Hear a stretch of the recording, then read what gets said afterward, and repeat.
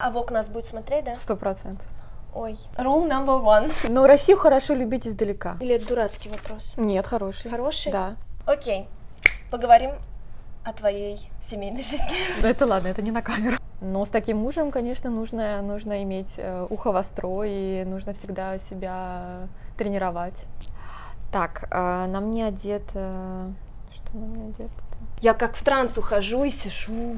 Я даже не хочу, чтобы мне кто-то другой монтировал, потому что именно я знаю, как должно быть. Мой снова криво.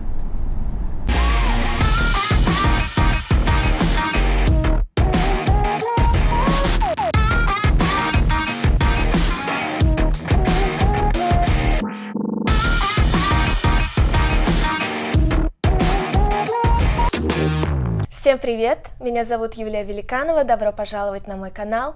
И сегодня мой новый сезон интервью открывает топ-модель и стилист Юлия Лобова.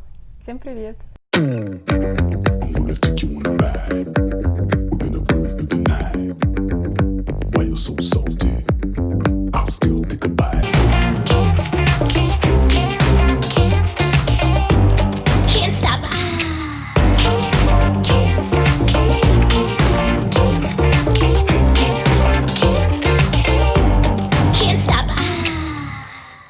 Ты входишь в десятку лучших моделей из России. Ну да, на 2012 год так и было. Сейчас, конечно же, я уже переквалифицировалась и стала работать уже стилистом. Да, как все начиналось? Давай начнем с моделинга. Как все начиналось, как ты попала в модельный бизнес? В 2008 году я участвовала в конкурсе Ford Supermodel. Вообще я пошла туда просто ради интереса и просто ради развлечения. Я из очень скромной семьи, у нас не было возможности путешествовать, у нас не было возможности отдыхать, и летом я себя всегда развлекала как могла. Я уже тогда училась в университете на втором курсе юриспруденции, и не знала, чем занять себя летом, решила поучаствовать в этом конкурсе. Мне сказали, что у меня есть шансы. Но сразу предупредили нас, что не рассчитывайте ни на какое призовое место, просто придите и поучаствуйте. Да, я увидела рекламу на местном канале, где я уже работала в эфире в прогнозе погоды несколько месяцев, и я думала, почему бы нет. Я прошла кастинг, ну просто ради развлечения, я еще раз повторю. Да. И нам сразу сказали, не рассчитывайте ни на какое призовое место, там уже все раскуплено, раскуплено. Места розданы. Я думаю, ну ладно, повеселюсь просто. И в конце концов победила этот конкурс, была просто ошарашена и понимаю, что именно этот момент изменил мою жизнь. Сразу ты поехала в Нью-Йорк? Мне предложили поехать в Милан и в Париж сразу в одну поездку. Это была вообще моя самая первая поездка и вообще путешествие на самолете. Да. Сколько тебе было лет? Мне было 17 лет. 17 Я никуда не путешествовала раньше, кроме города Адлер с родителями. Типичная ситуация для начинающих моделей из России. Да. С того момента, как ты начала модельную карьеру вверх и вошла в десятку лучших моделей России, ты была узнаваема на улице? Вот, кстати, интересно, никто меня никогда не узнавал. Ну, ты чувствовала популярность хотя бы в фэшн-среде? Я помню, что когда я вернулась после эксклюзива с Jill Sander в Москву, я делала Russian Fashion Week, я вот тогда почувствовала, что я прямо там на расхват, и все говорят, ой, она только что приехала из Милана, она сделала эксклюзив Jill Sander. И вот это, наверное, первый момент, когда я подумала, наверное, что-то в этом есть, вообще в этом моделинге целом, потому что я до конца не понимала, как я вообще туда попала. Я никогда даже не думала, у меня даже не было в голове, что я могу как-то быть причастна к моде. Я всегда думала о карьере юриста, о карьере... Тебе бы пошло, кстати. Актрисы. Актрисы мне тоже очень нравятся. Вообще мне нравится все, что вот с выступлением на сцене мне нравится. Шоу-бизнес, театр. Конечно, это несовместимые вещи, но они мне нравятся. Ну, шоу-бизнес и театр очень даже совместимы. Да, все, что связано со сценой, с выступлением, мне нравится. Ну, в актрисы еще не поздно. Я думаю, что поздно, все-таки на актрису надо учиться. Ну, сама понимаешь, многие без актерского образования и работают. Ну, с моей артикуляцией я, конечно, не буду. Ладно. Тогда следующий вопрос. Расскажи, пожалуйста, про самый высокий гонорар за всю твою модельную карьеру.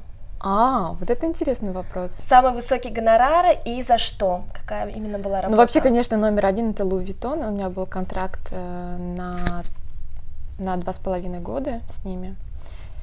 И еще я потом продолжала с ними работать до 3 лет. И на эти деньги я купила квартиру в Каннах. В Каннах, не в Париже. Ну, искала в Париже. Этот гонорар не хватил, чтобы купить в Париже. Понятно. Купила в Каннах, и у нас это как вторая резиденция. Мы туда на лето с ребенком и с мужем выезжаем. Да. И также еще один был хороший клиент, это шоколад Cadbury. Вау. Да, они, по-моему, платили, не помню точно, но, по-моему, гроссом было 70 тысяч евро. Ну, то есть твои 30%, да. Это парижская работа Да, тоже это была? через Париж меня букировали. Вот, тоже хорошие деньги. Конечно, в стилизме сейчас не такие гонорары, не такие бюджеты. Очень жаль, но я рада... Раньше были, да, большие в стилизме? Ну, в стилизме вообще нужно быть просто большим стилистом, то есть стилистом с большой буквы, чтобы иметь большой бюджет. А начинающим, конечно, сложно. Ну, я не сетую. Мне нравится то, что я делаю. Да, мы к этому еще вернемся, к стилизму. Скажи, пожалуйста, почему тогда ты закончила работать с Луи Виттоном? Почему завершился ваш контракт и не имел продолжения? Вообще это было какой-то... Такой финал, он был логичный. Я уже тогда училась в университете в S-Mode на стилиста. Я уже стала тогда стажироваться в русском Воге в парижском офисе на фрилансе. И они заметили то, что я просто не была полностью сфокусирована на моделинге. И они в какой-то момент сказали: Юля, давай ты выберешь, кем ты хочешь быть и как ты хочешь зарабатывать. И мы просто видим, что ты все время на телефоне, что ты все время отвечаешь на звонки. Это было правда. Ой, это не очень хорошо. Это действительно нехорошо для модели, Да. я это осознаю. Но для меня всегда было в приоритете участвовать самой. Модель, она очень безучастна во всем. Это правда. От нас зависело, как от моделей, быть вовремя, ничего не говорить, не комментировать, быть в хорошей форме, быть улыбчивой. И, в принципе, и все.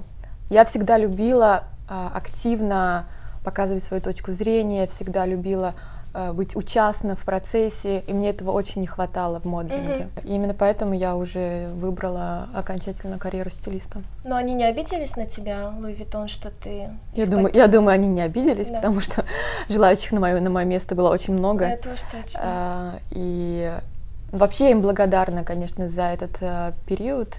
Я очень многому научилась. В частности, я благодарна Николя Жеские, Наташе Рамзе-Леви. Она сейчас креативный директор дома Chloé. Она меня конкретно выбрала на этот пост, фитинг-модель дома. И я очень много поняла, как работает все изнутри. И то, что я проходила в технике в S-Mode в университете на вечерних курсах, я днем работала в Louis Vuitton и видела, как это действительно на практике происходит. И, конечно, это небо и земля. И то, что мне дал Louis Vuitton, ателье именно Louis Vuitton, это большой опыт. То есть ты именно работая как фитинг-модел на Louis Vuitton поняла, что ты хочешь быть стилистом, или осознание твоего призвания пришло раньше, или когда именно ты поняла? Момент, когда я поняла, что я хочу быть вообще в моде, это самый первый момент, когда я начала работать моделью. Я всегда думала, как я могу остаться в моде на вечно, на все долгие года вперед. Потому что век модели, мы знаем, очень короткий, особенно сейчас. Это вообще... Особенно сейчас. Да. Мы с тобой уже по 10-12 лет работаем. Но сейчас это 1-2 сезона максимум. Да, это что нам очень повезло. И я сразу задавалась этим вопросом, кем я буду после. То есть для меня это был просто какой-то жизненно важный вопрос. Понимаю, да. Я думала про кастинг-директора, я думала про фотографа, я думала, когда поступила на дизайнерские курсы в S-Mode, я вообще училась как дизайнер-стилист. Я тоже думала, могу ли я иметь свой личный бренд, могу ли я... Вообще мне всегда нравилось делать, именно вот работа с аксессуарами, сумки, мне вот это нравилось. Но иметь личный бренд — это очень затратно. Да. И не факт, что сработает. Из-за этого я выбрала очень такой более safe такой путь, надежный путь быть стилистом и работать именно на заказ. И как ты попала в Vogue Russia? Расскажи. Тоже очень интересная история. Я пошла как модель на кастинг. Меня Юля Шавырина отправила на кастинг здесь, в Париже.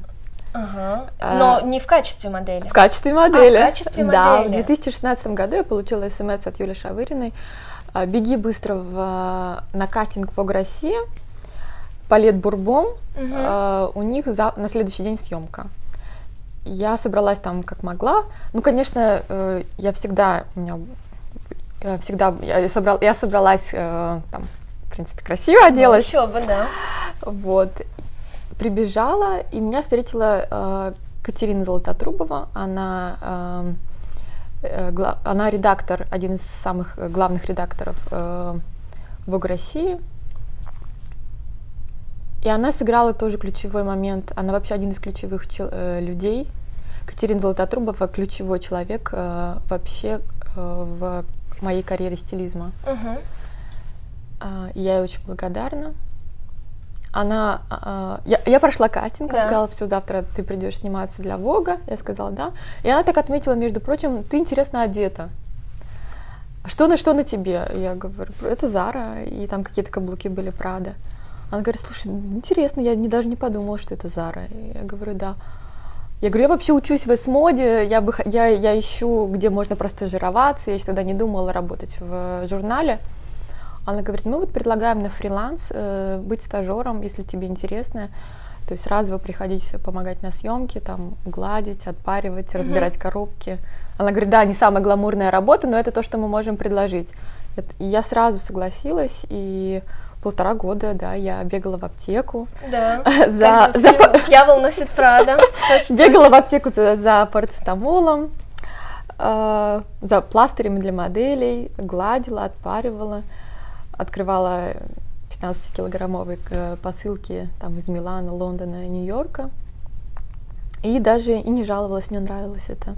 И сейчас мне нравится. Но ты сейчас уже совсем на другом уровне. Ну, сейчас у меня уже два ассистента, которые помогают мне это делать. Но если они не могут, я сама это делаю тоже. Конечно. А с Машей Федоровой ты лично знакома? Да, с Машей Федоровой я знакома. Я тоже хочу ее поблагодарить отдельно, что благодаря ей я стала больше публиковаться в журнале, и благодаря Ольге Дуниной. Ольга Дунина, так же как и Катерина Золототрубова, один из ключевых людей в Vogue, и с их подачи они мне разрешают публиковаться. Тебе вообще нравится российский глянец? Ведь публика у инфлюенсеров сейчас намного выше, чем у того же Vogue. Ты пророчишь ему продолжение вообще работы на том же уровне, на каком это было ранее, или ты считаешь, что уже век глянца Я считаю, что мы сейчас все должны больше сконцентрироваться на веб-сайтах и на диджитал работе, больше на видео, потому что люди смотрят рекламу и видео больше сейчас, чем фотографии. И насколько социальные сети сейчас очень важны, играют одну из ключевых ролей в нашей работе. Очень важно все быстро переделывать на диджитал. То есть в Инстаграм, на сайт нужно выкладывать часто и много информации, чтобы потребительский спрос он продолжался. Ну и глянец, конечно, я думаю, что он постепенно вымирает. Но лично я сама очень люблю полистать журнал, классика жанра. Посмотреть именно печать, красивые фотографии на красивом глянце. Я люблю винтажные журналы. Я скупаю часто на винтажном рынке там какие-то номера self-service или даже, может быть, какой-то Vogue 80-х или 70-х. Например, в Луи Виттоне у них была большая библиотека с глянцем, винтажным глянцем. Там даже были вот отдельные разделы Vogue, американский Vogue, отдельный раздел там итальянский Vogue, отдельно раздел Face, например, раньше был такой журнал, интервью, Нумеро. И я там, конечно, проводила очень большое время в ожидании фитинга. Да. И я проводила его, конечно, с пользой. Много нафотографировала, много инспирируюсь именно старыми съемками.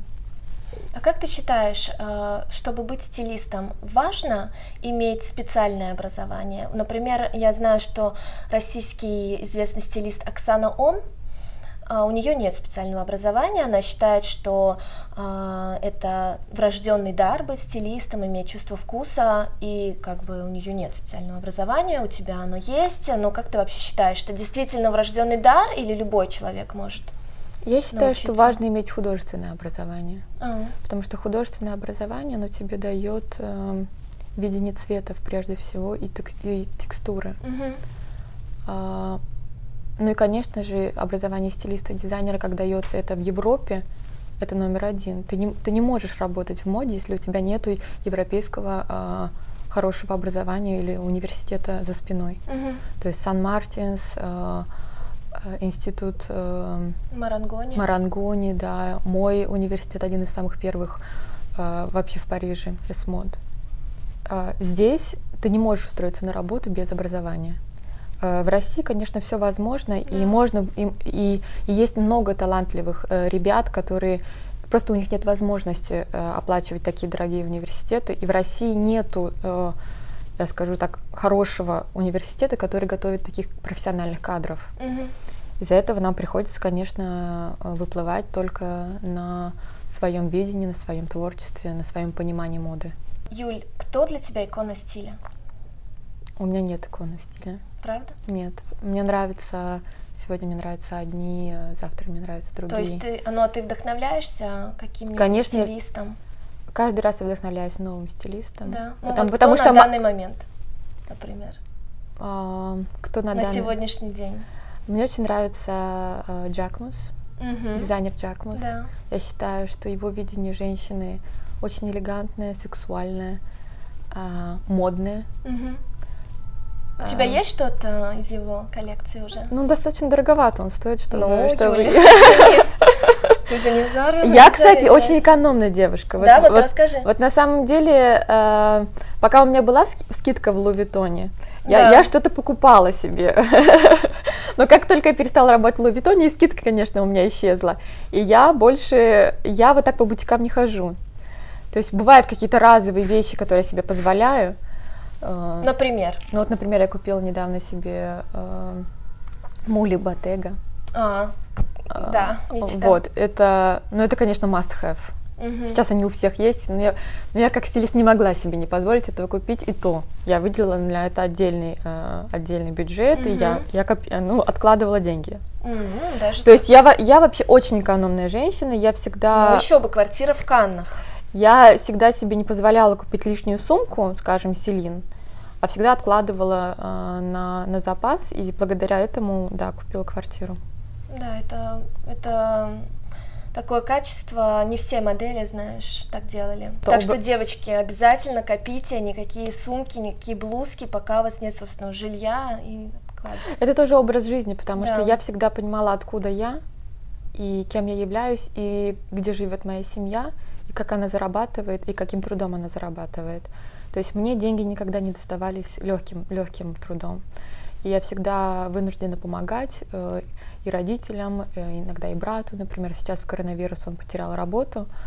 Он работал в очень хорошем ресторане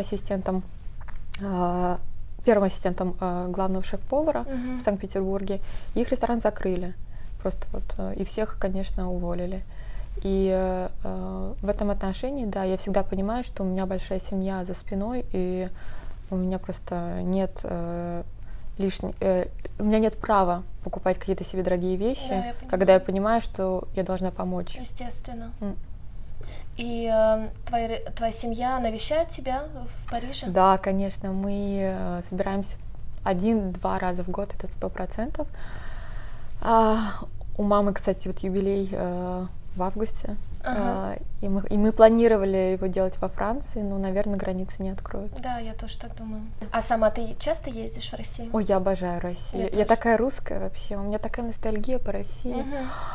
Я когда приземляюсь в Шереметьево, у меня прямо сердце разрывается. Я готова целовать русскую землю.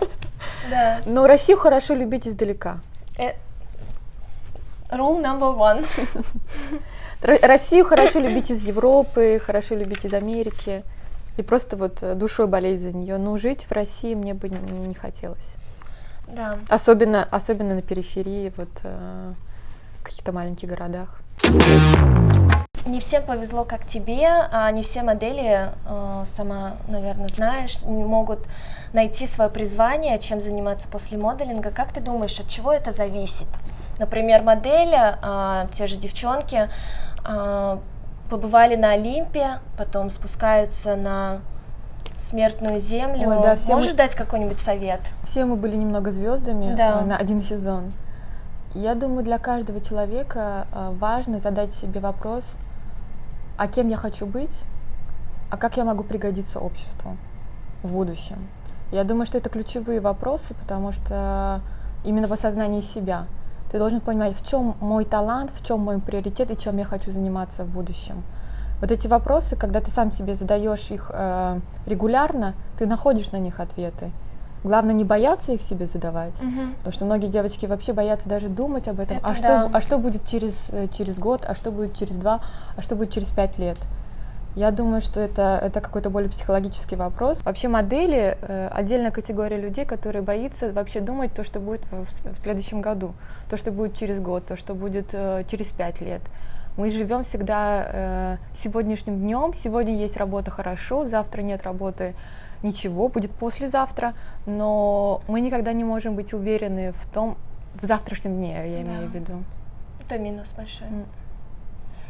Окей, поговорим о твоей семейной жизни. Давай. Юль, ты счастлива замужем уже сколько лет? Мы вместе уже 11 лет с моим мужем. Вау, Да. 11 лет. То есть тебе сколько было лет? 18. А сейчас? Сейчас мне 30. 30 лет. Да. Ровно. Да. Не 31, 32, 30 ровно. 30 ровно. Да. Окей. То есть это получается даже, если 18 мы познакомились, это уже 12 лет. 12 12-й год, лет. да, 12-й год вместе. Как вы познакомились? Мы познакомились на шоу Vivienne Westwood.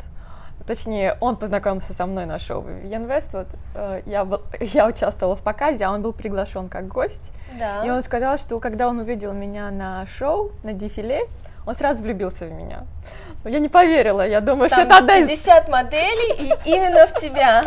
Я думала, что это уловка. Но насколько он такой очаровательный человек, такой харизматичный, очень стильный, очень талантливый, Да. чувствует хорошо, у него очень хороший вкус, есть чувство стиля, чувство моды. Я думаю, ну почему нет, можно сходить с ним на свидание. Вот и сходила с моей подругой, он нас пригласил на первое свидание в кафе BC, тогда Ты еще ходила было. со своей подругой на первое свидание? Да. Ну как, потому что человека не знаешь, Да. это было даже не свидание, ну просто провести время. Лучше всегда взять с собой на первое свидание подругу. И Вот. что за подруга, ты с ней до сих пор общаешься? Нет, мы уже сейчас мы как-то потеряли. Ну, это была просто девочка, с которой мы жили вместе на модельных Понятно. апартаментах, то есть мы как-то даже потеряли связь с ним, к сожалению. Понятно. А твой муж, он больше композитор или фотограф? Нет, конечно, он композитор Да. прежде всего, потому что это хобби, фотография это А, его это хобби. хобби. Да. Он композитор, у него музыкальное образование, он учился в консерватории имени Чайковского. Он, конечно, не закончил его до конца, потому что был путч в то время, в 90-х годах. То есть он учился в России? Да, он был лауреатом СССРовского конкурса, вообще одного из самых первых, и он был один из самых первых иностранных студентов, которые приехали в Москву учиться. Вот оно что, потому что он из Ливана, правильно я понимаю? Да, у моего мужа ливанское гражданство, так же, как у всей нашей семьи сейчас. У тебя тоже? Да. А французское у тебя есть? Нет, но мы работаем над этим.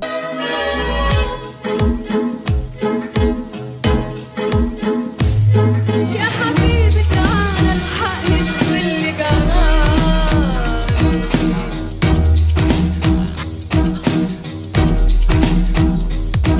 سهرانة من وقتي بناقي خيالك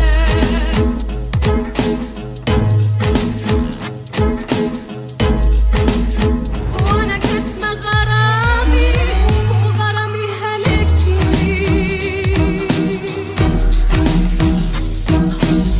Значит, он поступил в консерваторию имени Чайковского. Да, и он учился на одном факультете вместе с Дмитрием Маликовым. Да ты что? Да, со всеми нашими там звездами шоу-бизнеса. Мгм. Даже был в 2006 году, ему дали премию как лучший композитор года. Мгм. Кристина Орбакайте ему вручала. Вот это да. Да, действительно, он уникальный человек, и его видение музыки, именно классической музыки, благодаря ему я стала ходить в оперу, я стала слушать классическую музыку, я стала разбираться, как отличить Баха от Моцарта, Мгм. и вообще современных, например, там, ну, более современных, там, Римского-Корсакова и Чайковского. Раньше вообще это для меня был дремучий лес. Это пианино Бекштайн. Муж у меня репетирует почти ежедневно. Мгм. Тебя музыка не смущает? Меня не смущает, но часто я использую затычки для уш. Нет, честно, потому что когда ты слушаешь концерт один раз, два раза, тебя это вдохновляет и нравится, но когда человек репетирует и повторяет одно и то же по, не знаю, по 15 раз, это, конечно, может надоедать.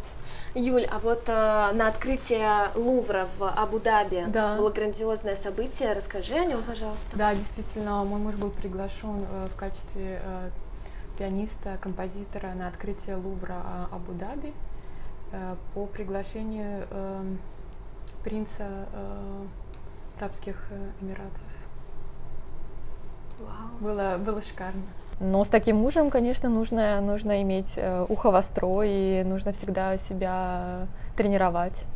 Ухо востро, что ты имеешь в виду? Ухо востро в том, что у него очень высокий культурный уровень, Да. до которого мне всегда приходится расти. Мгм. И в этом смысле, что я всегда должна прочитать какие-то новые статьи там не знаю, в газетах. Я всегда должна поддерживать с ним разговор, иметь возможность ответить на его вопросы, или он, например, если я задаю какие-то такие разговоры интеллектуальные, для нас это важно. Вы на французском языке разговариваете? Ой, у нас все такой смешанный язык. Мы и на русском, и на французском, иногда и на английском.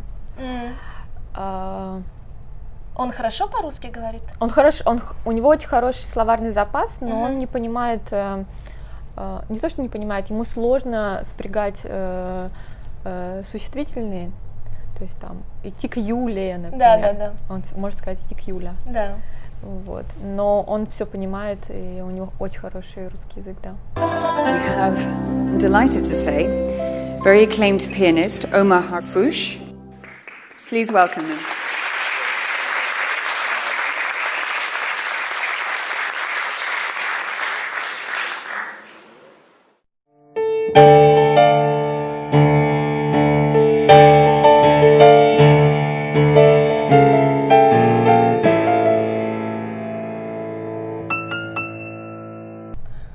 Вы растете, так можно сказать, растете дочь? Да.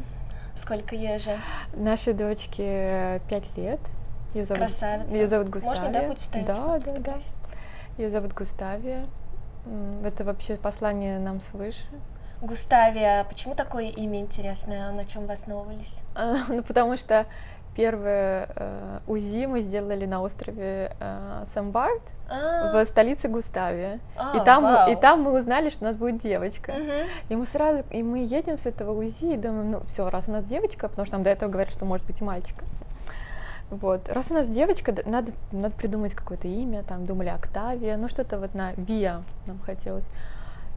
И проезжаем вывеску Густавии, города Густавии, и такие думаю, да, это очень оригинальное имя, очень редкое. Я проверила в Фейсбуке, всего 3 Густавии в Фейсбуке. Она вообще, ну, действительно очень редкая. Да, первый раз слышу, да. И нам понравилась вот эта вот эксклюзивность. Вообще у меня муж коллекционирует картины. И вот эта картина Тенье, очень известный художник 16 века, его картины даже есть в Лувре.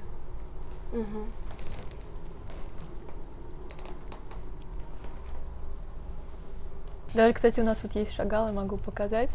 Это настоящий Шагал. И сзади, что интересно, Его есть рисунок. О, вау. То есть она такая перевертыш, эта картина. Получается, что ему с этой стороны ничто не понравилось, он начал делать свой эскиз, перевернул холст и нарисовал с другой стороны. Юль, а вот иконы можно показать? Да, конечно. Можешь рассказать историю этих икон? Но эти иконы вообще мой муж уже еще купил до меня. А вот Шагал вместе покупали уже. Юль, давай мы расскажем нашим зрителям, в чем мы одеты сегодня, Давай. потому что Юля нас простилизовала, и как раз о твоих любимых дизайнерах ты не закончила. Да, Ты назвала Джек Мус, Да, мне нравится Акне. да. Из современных молодежных Джакмус и Акне. Из таких метров, можно так сказать, моды мне нравится Николя Жеске. Я всегда мечтала с ним работать, даже когда он был в Баленсиаге. Мгм.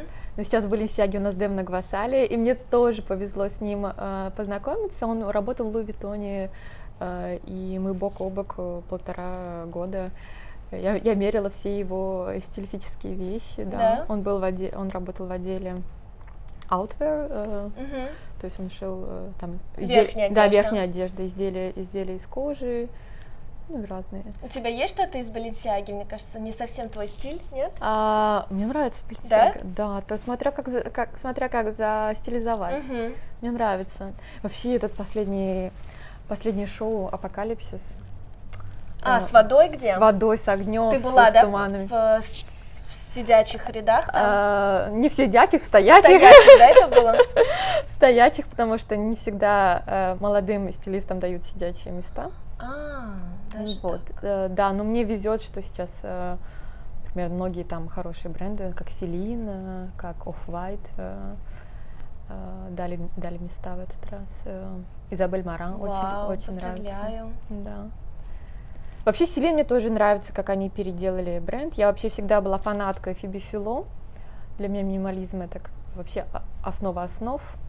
Если ты не умеешь делать минимализм, то есть дальше уже не стоит не стоит как бы, нужно всегда понять сначала основу, а потом ты уже можешь на эту основу одевать и увеличивать ее. Мгм. И вот именно стиль Фиби Фило мне очень нравился. Ну и мне именно по моему внутреннему по моим внутренним ощущениям он очень подходит. Давай расскажешь, что на нас сегодня надето. Так, на мне одета сегодня Виктория Бекхэм, Блузка. Total Look, Да? А пояс? тоже Виктория, Total Look. Вау. Вот, окей. это шоу, да, с последнего шоу. Мгм. А на мне? То есть с сентября можно уже покупать этот лук. И на тебе тоже runway look, это Филипп Лейн. И брюки, и блуза. Брюки, нет, блуза Филипп Лейн, а брюки Маркейн. Кстати, очень многие стилисты считают Филипп Лейн брендом таким более для русских. Все дорого-богато, блестки, пайетки. Я понимаю, И о чем ты. ты мне сегодня предложила надеть эту блузку, я даже бы не подумала, что это Филипп Лейн. Потому что невероятно. нужно дозировать всегда. Именно доза вот этого гламура должна быть скромна. Да, То есть, если вы одеваетесь в какой-то очень яркий верх, должен быть очень скромный и темный низ. Либо наоборот, либо какая-то у вас яркая блестящая юбка, то тогда должна быть блуза черная, либо просто какой-то черный топ или что-то, чтобы сбалансировало лук. Да. Не надо одеваться просто Филипп Лейн снизу до пят, Да. сверху, с головы до пят. Не надо одевать Филипп Лейн с головы до пят. Еще и сумочку со стразами, еще и туфельки со стразами. То есть нужно вот дозированно использовать это. Расскажи о последней своей съемке со звездой какой-нибудь мирового масштаба, которую ты Ой, вот стилизовала. буквально месяц назад я снимала Летицию Каста для обложки. И, конечно, невероятный опыт. Она Она вообще икона стиля для меня, Да? особенно французская. Ну вот, а говоришь, у тебя нет иконы. Ну, да, когда ты именно сталкиваешься с кем-то тет-а-тет, конечно, тебя вдохновляет этот человек. Но я не говорю, что она меня вдохновляет прямо от А до Я. Да. Да, но с ней было очень приятно работать. Она такая модель, на которую все вообще могут молиться, только во Франции. Ее снимают везде во Франции, она очень популярная. Она открывала шоу Джакмуса. Да. А я потом для e-commerce снимала этот лук и одевала его. Да. Мне было очень приятно. И при том, то, что ей больше 40 лет, у нее 3 или 4 даже детей. Как она выглядит? Прекрасно. У нее лицо просто сохранилось идеально. Я смотрю и думаю, ничего себе. Как она смогла это? Как ты можешь это оставаться такой аж 16-летней? Я думаю, это в генах, наверное. У меня мама очень хорошо выглядит в свои 50 лет. Да. И она до сих пор носит 36 размер одежды. И всегда подтянутая такая. Но ты никогда не поправляешься? Ты следишь как-то за питанием? Я поправилась на 20 килограмм, когда была беременная. Ну, это... Ну, я думала, что я уже не вернусь. То есть я была настолько отчаянна, что я думала, что, наверное, я уже никогда не буду той прежней Юлей, которая... Было тяжело вернуться? Нет, было не тяжело, но был какой-то момент, когда ты думаешь, что эти 12 килограмм после родов, они никуда не уйдут. То есть у меня после того, как я родила, у меня еще осталось 12 килограмм. То есть, наела просто. Да. Ну, не наела, мне кажется, это натуральный процесс. Ну да, но я их потеряла все-таки. Да. Окей. Потому что тогда у меня был снова новый контракт с Луи Виттоном, то есть они мне дали паузу на 8 месяцев. То есть я проработала 2 года в Луи Виттоне, забеременела, потом они поняли, что я уже беременная, очень беременная, была, по-моему, на 4-м или на 5-м месяце беременности и продолжала делать луки, и никто не знал. Вот. Но просто упала в обморок на примерках, и Дельфин Арно, она была в этот момент там на примерках, она подбежала, они вызвали скорую мне. Она осталась со мной до скорой. Там все, конечно, Подожди, ты, будучи беременной на 5 месяцев, делала луки? Да, не было видно. Не было видно живота? Ну, было не 5 месяцев, 4 месяца было. 4, да, окей. 4, окей, не было видно живота. То есть, может быть, какие-то изменения были видны, но, в принципе, в общих параметрах я там в бедрах, может быть, там у меня 3-4 сантиметра добавилось, но это как бы было в пределах их понимания нормально. Да. И только скорая уже такая говорит, что, похоже, она вообще-то у вас беременная. И Дельфин Арно, она мне выслала цветы с Луи Виттон. Вау, да. как мило. Я сама была очень вдохновлена, и даже польщена, и удивлена. И они мне дали 8 месяцев на конже матернité. Это, как это по-русски называется? Декрет? Декрет, да. 8 месяцев декрета, и снова потом мне продолжили контракт с Луи Виттоном, хотя я вообще думала, что как бы на этом наша история уже закончится. И благодаря тоже этому контракту я пришла в форму быстрее, я была обязана прийти в форму быстрее. Да. Ну, а сейчас расскажи нашим, пожалуйста, зрителям, как ты питаешься, как поддерживаешь себя в форме. У тебя есть какие-то специфические трюки? Может быть, ты не ешь после 6, только рыба и так далее? Не ем после 6. Прям серьезно? Если ем поздно, то я опухаю утром. А как же ужины, которые в 8? Мы почти не ходим на такие вещи. Если мы выходим, то мы едим... у нас с мужем примерно одинаковый режим питания. Мы едим всегда в 6-6:30. И если у нас есть какой-то ужин или выход, мы просто не едим. Мы выходим, но мы не едим. Вот. А так в течение дня все что угодно, как бы Нет, алкоголя я не пью. Вино вообще нет? Нет, я вообще, в принципе, не пью алкоголь. И, конечно, когда я очень слежу за своей фигурой, если я чувствую, что там где-то что-то мне уже не нравится в зеркале, я даже не встаю на весы, не проверяю, то я там ограничиваю себя в сладком. Просто генетика, она со мной работает так, и на плюс, что я не нуждаюсь в дополнительном уходе. Сейчас многие скажут «ведьма». Нет, кстати, вот насчет ведьмы. Я себе делала уколы ботокса в расслабление мышц во лбу. Потому что у нас вообще и у меня, и у мамы очень подвижные мышцы, мышцы лица. И нам посоветовали, то есть как бы уже, когда я там что-то артикулирую, что-то там выражаю свои эмоции, у нас сразу нарисовываются линии вот здесь вот на лбу. Но это не как бы, это мимические морщины. Это не связано со старением кожи. Вот я иногда делаю 1 раз в год для расслабления. Не все могут в этом признаться, кстати, что я считаю, что в этом как бы это такой уход. Главное, чтобы это было натурально. Не надо себе накачивать губы, там скулы и так далее. Но для расслабления мышц лица это даже очень благотворно влияет. Грейс Кодингтон или Анна Делла Руссо? Грейс Кодингтон. Почему? Ой, Грейс Кодингтон вообще, конечно, для меня. Ты прям попала в точку. Да? Такая женщина, она... Ой, я прям так Ты не тронута. смотрела ее мастер-класс в интернете? Смотрела, конечно. Да. Ой, она для меня вообще женщина в мире моды номер 1. Да. И то, что у нее тоже такая история модельная. Она же раньше была моделью. Да, тоже. я читала вчера. Благодаря Юле теперь всех стилистов знаю. Да, она раньше была моделью. И она вообще для меня... Вот, наверное, она для меня икона. Карин Ротфельд или Кэти Грант? Ой, обе они, конечно, очень незаурядные такие личности, талантливые. Карин Ротфельд, у нее украинские и русские корни. Из-за этого она мне очень симпатизирует, но Кэти Грант невероятный талант, просто невероятный. Все, что она делает для Love Magazine, это просто сплошное вдохновление. Юль, а ты вообще блогеров одевать готова? Инфлюенсеров? Да, почему нет? Это больше вопрос, денежный вопрос, да. Если они готовы платить.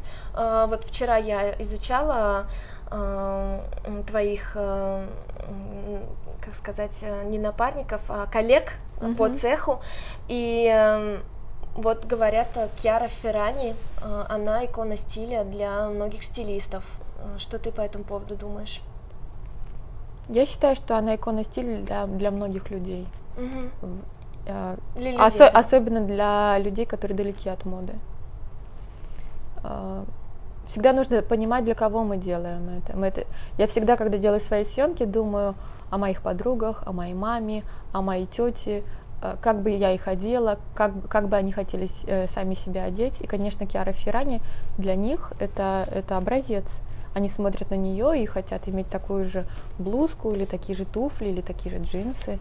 Она действительно приглашаема везде в модных домах, особенно в Dior. Они ее поддерживают. Платье и свадебное делали. Да. Ну, лично для меня она не является иконой стиля. Ну, для тебя, в принципе, никто и не является иконой стиля. Кроме Грейс и Кэддингтон. Да. А на кого ты вообще в Инстаграме подписана? Интересно, кстати, на кого же я подписана? Давай посмотрим. Давай. Я что-то так не могу вспомнить. Например, я подписана на Елену Пинскую, Вакуленко, это жена Басты. Мы, кстати, познакомились даже с ней. А на жену Джигана не подписана? Подписана. Да? Вот, кстати, точно, все, я поняла, про кого я могу рассказать. Подписана. Мне нравятся многодетные семьи. Я подписана Тогда на всех. тебе надо на нашу саратовскую блогершу подписаться, Елена Плат, я тебе пришлю. Я подписана на Елену Корнееву, фотограф. У нее там что-то вообще куча детей. Потом еще какая-то мама of six. Ага. То есть ты хочешь много детей? Кстати, нет, я не хочу много детей. Мне просто нравятся вот такие женщины, которые рожают и которые успешные. Но второго ребенка. Ну, можно, конечно, но пока не в приоритете. Карьера. Да. Сейчас как раз самый пик. Вот я всегда восхищаюсь женщинами, которые могут сделать карьеру и которые успели, например, родить столько детей и воспитывать одновременно детей, потому что это очень сложно. Даже с одним ребенком я понимаю, что это просто непосильный труд. У вас няня? У нас была няня до 3 лет. И вот сейчас в коронавирус мы уже полностью перешли только вот на я, муж и и дочка. А в садик она ходит? Да, она ходит в школу. Ну, конечно, А, Саш- уже Саш- школа. да, во Франции это называется школа, нет садика, нет садиков. уже школа. То есть это материнская школа, называется, Да. эколь матернель. И, конечно, со школой я могу себе позволить работать одновременно и поддерживать этот семейный образ жизни, быть мамой, женой и так далее. Юля, а ты феминистка? Ой, нет, я, наверное, не феминистка. Но мне нравится, когда женщина успешная, когда женщина может зарабатывать, когда женщина может выражать себя. Но мне нравится быть за мужчиной. То есть ты не стремишься зарабатывать больше, чем твой муж? Ну, почему? Иногда бывали месяцы, когда я больше зарабатываю. Ну, на Луи Виттон-то Да. еще бы. Но у меня не было такого стремления. То есть, если это приходит, это приходит. Ну, а если, например, вообще не работать и вообще жить я- только за счет мужчины, ты бы смогла так? Нет, не смогла. Для меня важно иметь свои собственные деньги и иметь хотя бы свое хобби. Ну, что-то, что может поддержать твой личный внутренний стержень. Сказать, что я это я, и я могу это сделать, и я могу жить отдельно, и я могу воспитывать ребенка отдельно. Конечно, это просто какие-то личные вопросы внутри себя. Ты могла, будучи маленькой девочкой, представить, что твоя жизнь вот так вот сложится, что ты станешь успешной топ-моделью, выйдешь замуж за невероятного композитора, очень популярного, да, в арабских странах, на Среднем Востоке, что у тебя будет такая дочь, и вы будете жить в Париже. Ты будешь жить в Париже. Нет, конечно, это все. Я до сих пор даже не верю, что это все со мной происходит. И я никогда не забываю, откуда я. Так, мы сменили площадку, находимся на террасе. Провела здесь карантин. Именно на этой террасе мы провели весь карантин, 2 месяца. Делали барбекю, загорали. Юля, читали. котик. Да, Какой у тебя? это мой- Познакомь. Это мой кот. Наверное, те, кто смотрит мой инстаграм и сторис, он часто появляется там. Это мой сиамский кот Рокки. Рокки, скажи привет. Скажи привет нашей публике из журнала Vogue. Юль, спасибо тебе большое за сегодняшнее интервью, за гостеприимство. Ты невероятная. Спасибо тебе большое. И Я вообще фанатка твоего YouTube-канала, подписывайтесь. увидимся с вами в моих следующих видео. И, кстати, оцените наши образы, если вам понравилось. Мы будем очень рады. И да, увидимся в следующих видео. Au revoir! Пока-пока. Мой фирменный поцелуй.